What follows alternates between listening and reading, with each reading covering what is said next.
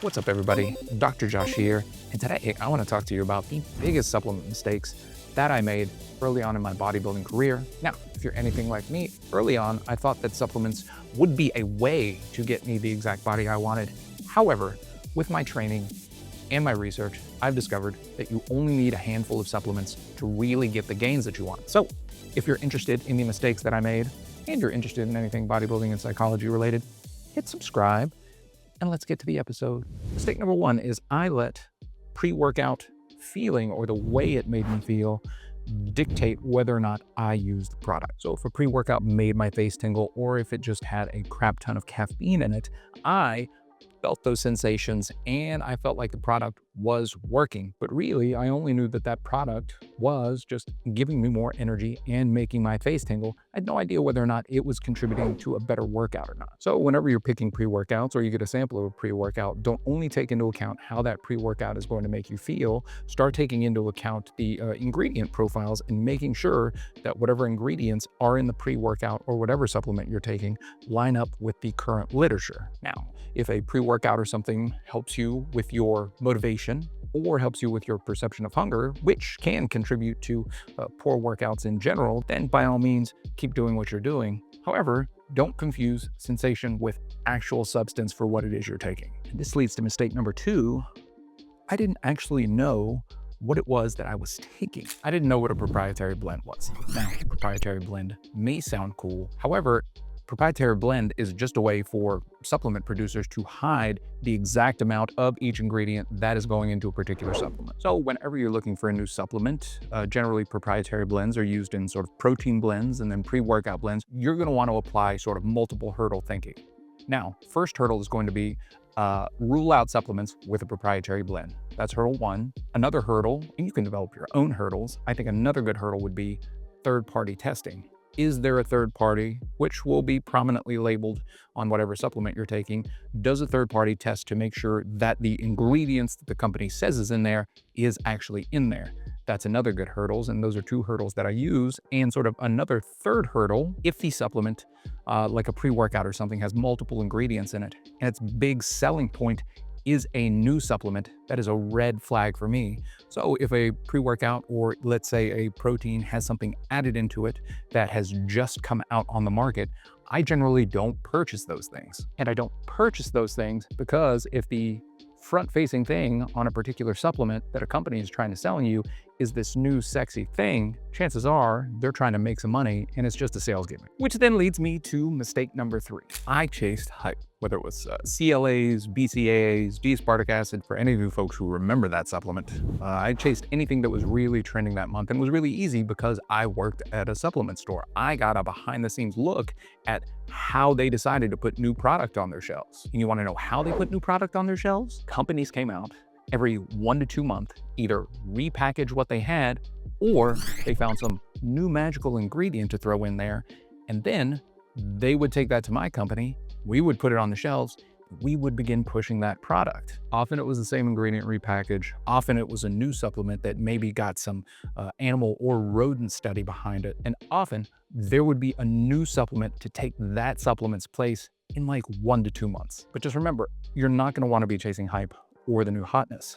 What you're going to want to do instead is understand the role of supplements. So I honestly thought that supplements would fix most of my training issues and unconsciously fix a lot of the bad habits that I actually had in place. What I didn't realize early on in my training career is that supplements fill gaps. If you're not tracking your training, if you're not tracking your nutrition, if you're not getting an appropriate amount of sleep, and if you are stressed to the gills, no amount of supplementation is going to help get you over any hurdle that you perceive. Now, I really understand like feeling like you are stuck. And in the moment, we can feel stuck in our training and feel stuck in our nutrition. So we're just looking for something, and we think that with this next supplement, that with this next new training technique, we are going to be able to get the gains that we want. This might also draw us into some psychological errors, which brings me to my last mistake. I didn't take into account the halo effect whenever I was purchasing supplements. I trusted appearance over falling back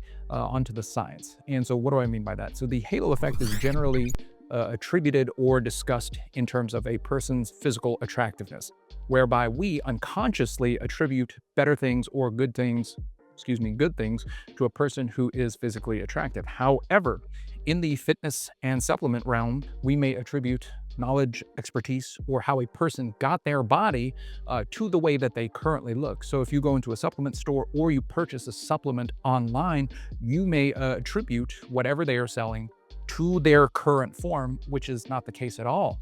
What you're seeing is where the person is at. You have no idea what it took to get there, and we don't realize that at the time. So, inbuilt in us, we have these heuristics or biases, and the halo effect could sort of be lumped under there. So, pay attention to yourself. Are you unconsciously identifying with the way this person looks and emphasizing that in terms of what is helping you make your decision to buy a product? I think we saw a lot of this with the Liver King. He claimed to be natural, all bullshit. Derek from No Plates, No Dates sort of uncovered all that. And he was selling a lot of those crap supplements based on the way he looked, because he claimed, sort of this natty status. And I think a lot of people bought those supplements, let's put his lies aside, based on the way he looked. So be prepared to ignore or discount the way somebody looks, and pay close attention whenever you feel compelled to buy something based on the way you feel about another person. So something I do for myself in these situations is I ask myself, would I trust this information if this person wasn't in shape? So I think a lot of the time we do the opposite, whereby we don't listen to somebody with something possibly constructive or possibly useful because they don't look the part. And however, sort of it is emphasized in certain roles, personal training, online fitness stuff, to look the part. Not all good information comes from someone who necessarily looks the part. I love Brad Schoenfeld. Brad Schoenfeld has been training and researching bodybuilding and hypertrophy for probably longer than I've been alive, but he doesn't look like someone who belongs on the Olympia stage. So some people have a tendency to sort of discount information from this type of person because they don't have what, quote unquote, the lived experience. So again, I like to ask myself, would I trust this supplement recommendation if the person wasn't in shape? Lastly, here are the top 5, no held up 10, the top 5 supplements that I use on a fairly regular basis and have a lot of research behind them. So number 1, I think you all know this, creatine monohydrate. You don't need any type of fancy creatine. Creatine monohydrate absorbs 99.9 something odd percent. So it's going to be effective and it's going to absorb fully. No need to take loading doses or anything like that. Not only is it good for overall strength and sort of long-term hypertrophy potentiation, but now it is useful for mental fatigue and for other things related to your mental fitness. So creatine monohydrate. Number 2, whey protein, protein blends, casein proteins.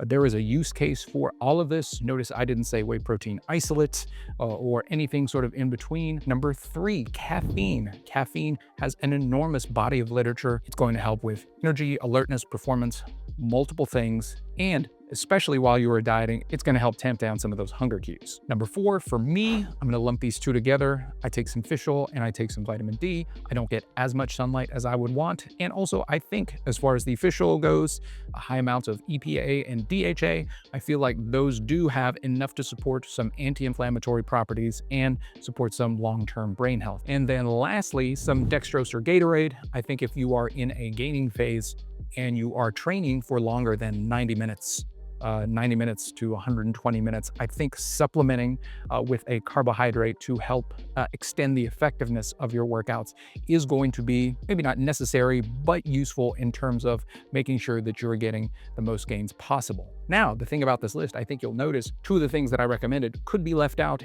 if you have the appropriate sort of whole foods. And I think that's useful to note because, again, these are supplements and they are used to supplement your existing diet. If you can get it from whole foods, generally, is that better? Absolutely. But if you need something for convenience, if you are looking to optimize performance, sometimes it's cool to supplement. So if anything that I said was helpful, drop me a comment, hit subscribe, and I'll catch you all in the next episode for something bodybuilding or bodybuilding psychology related.